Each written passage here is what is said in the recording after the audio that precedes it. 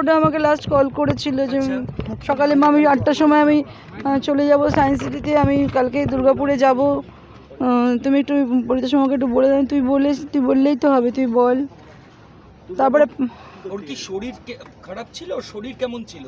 ও তো 1-1.5 বছর আগে ওর একটুখানি একটু সেন্সলেস মতন হয়ে গেছিলো, ওকে নিয়ে ওর ওষুধ খাওয়াতাম আমি। তো ওষুধগুলো ঠিকঠাক খাচ্ছিল না কিছুদিন ধরে, একটু মনে হয় মানে মনে মুখে বলতো না, মনে মনে একটা স্বপ্ন ছিল আমার সঙ্গে থাকবে। তো আমি বললাম যে দাঁড়া, আমি নিয়ে আসবো খুব শিগগিরই। বলছে কি তোমার তো ঘর করবে, তারপর আমি বলছি না না, তার আগেই তো ঘর করতে, তুই আসবি তারপরেই ঘর করবো, রুম পরে হবে, তুই আগে থাকতে শুরু করে দিবি। তো খুব আনন্দে ছিল, একসাথে থাকবো। আমিও মানে 2-3 দিন ধরে আমার ঘুম হয়নি, কেন জানি না, আমারও মনে হচ্ছিলো ছেলেটা খাওয়া দাওয়া করছিল না। আমার খুব মানে আমিও খুব টেনশনে ছিলাম যে আমি এখানে রান্নাবান্না করছি, আমার ছেলেটা ওখানে রান্নার লোক এসে ঘুরে চলে যাচ্ছে, কখনো বন্ধুর ফ্ল্যাটে থাকছে, একদিনই বাড়ি থাকে না। আপনি দিলীপদার বাড়ি চলে যাওয়ার পর ওর লাইফস্টাইলে কিছু চেঞ্জেস এসেছিল? একটু আপসেট থাকতো, মন খারাপ হয়ে যাচ্ছিল একটুখানি, আমাকে যেটা বুঝতে দেয়নি, কিন্তু আমি বুঝতে পারছিলাম। খাওয়া দাওয়া করছিল না, কুক এসে বেল মেরে চলে যাচ্ছে, রান্না করতে পারছে না, ঘুম থেকে উঠেই অফিসে দৌড়চ্ছে, অফিস থেকে হ্যাঁ খেয়ে নেবো, অফিসে গিয়ে কিছু খেয়ে নেবো, হ্যাঁ এটা খেয়েছি ওটা খেয়েছি। আমি বুঝতে পারছিলাম যে খাওয়া দাওয়া ঠিকঠাক হচ্ছে না। আমি না সবে মানে ডিসাইড করেছিলাম যে আমি আজকেই ওনাকে বলবো, কালকে রাতে একটু কথা বলতে চাইছিলাম ওনার সাথে।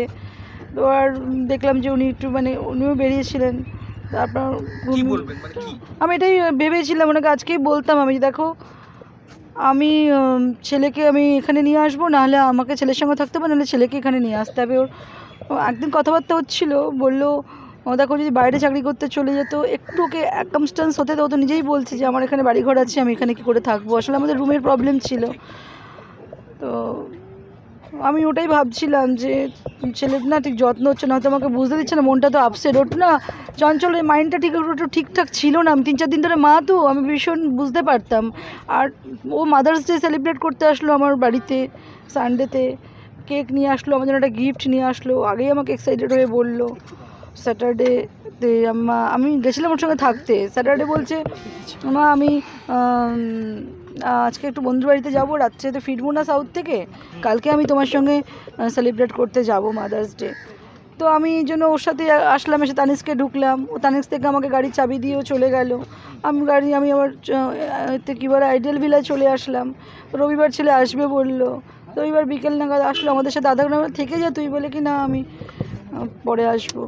শরীরের যে কোনো ব্যথা, মেরুদণ্ডের সমস্যা, কোমর ও হাঁটুতে ব্যথা, হাঁটতে সমস্যা দূর করতে আজই চলে আসুন শিওর কিওর থেরাপি সেন্টারে। এখানে ডাক্তার ও অভিজ্ঞ নার্স দ্বারা অত্যাধুনিক যন্ত্রপাতির মাধ্যমে লেজার থেরাপি, টেন্স থেরাপি সহ ইউএসটি থেরাপি ও প্যারালাইসিস রোগীদেরও থেরাপি করা হয়। আমাদের ঠিকানা দহরকুন্ডু, বটতলা, আরামবাগ, হুগলি। যোগাযোগ নাম্বার 8617454644।